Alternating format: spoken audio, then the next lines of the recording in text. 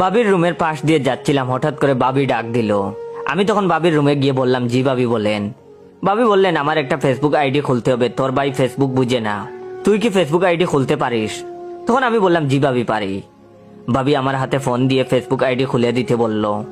আমি তার ফোন দিয়ে আইডি খুলছিলাম, হঠাৎ করে মাথার মধ্যে শয়তানি বুদ্ধি বড় করলো। তাই আমি বাবিকে বললাম, বাবি রেফারেন্স ছাড়া আইডি খোলা যাবে না। বাবি আমার মুখের দিকে তাকিয়ে বলল, রেফারেন্স আবার কি?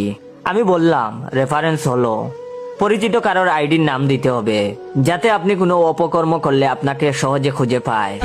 তখন বাবি বলল, আমি অত সব বুঝি না, যেটা ভালো হয় ওইটাই কর। তখন আমি বললাম, ঠিক আছে, আমার রেফারেন্স দিয়ে দিলাম, পরে কোনো অঘটন ঘটাইয়েন না, তাহলে আমি বিপদে পড়বো। বাবির আইডির নাম দিলাম জয়ের বাবি।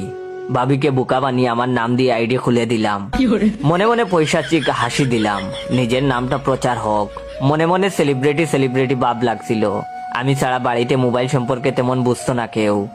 একদিন বাবা বলল ফেসবুক আইডি খুলে দিতে। বাবাকেও বাবির মতো বুঝ দিয়ে বোকা বানিয়ে আইডি খুলে দিলাম। বাবার আইডির নাম দিলাম জয়ের বাবা।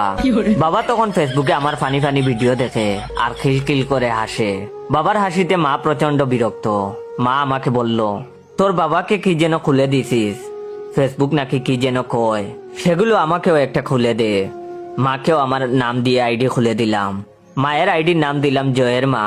বাবার মতো মাও এখন ফেসবুকে ফানি ফানি ভিডিও দেখে আর হাসে। বাড়ির সবার আইডি আমার নাম দিয়ে খোলা। বেশ কিছুদিন কেটে গেল, বন্ধুদের সাথে আড্ডা দিচ্ছিলাম। হঠাৎ করে বাবা ফোন করে বাড়িতে আসতে বলল। বাড়িতে গিয়েই দেখি বাড়ির সবাই নীরব হয়ে থম ধরে আছে, কেউ কোনো কথা বলছে না। মা আমাকে দেখে মুখ ঘুরিয়ে নিল, বিষয়টা কি বুঝতে পারছি না। তখন বাবা আমাকে দেখে বলল, সি সি, তুই এমন কাজ করবি ভাবতেই পারি নাই, মান সম্মান সব শেষ করে দিলি, লোকের সামনে মুখ দেখাবো কি করে, সি সি। আমি তখন ঘটনা কি বুঝতে পারছি না। সবাই কি তাহলে জেনে গেছে যে তাদের বোকা বানিয়ে আমার নাম প্রচার করার জন্য আমার নাম দিয়ে তাদের আইডি খুলে দিছি? আমি তখন মিনমিন করে বললাম, বাবা ফেসবুক আইডিতে কি কোনো সমস্যা হয়েছে? তখন বাবা আমাকে ধমক দিয়ে বলল, আইডিতে সমস্যা হবে কেন? তখন আমি বললাম, তাইলে কি হয়েছে, সবাই আমার সাথে এমন করছো কেন? তখন বাবা বললেন, তুই জানোস না তুই কি করছস? সি সি। তখন আমি কিছুই বুঝতেছি না, ঘটনা কি?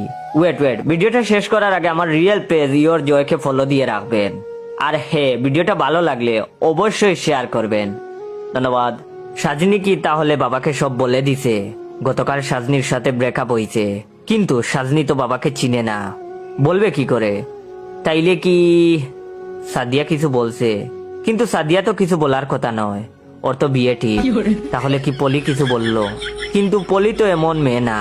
সুমাইয়াকে সন্দেহ হয়, কিন্তু সুমাইয়ার সাথে তো সেই কবে ব্রেকআপ হয়েছে।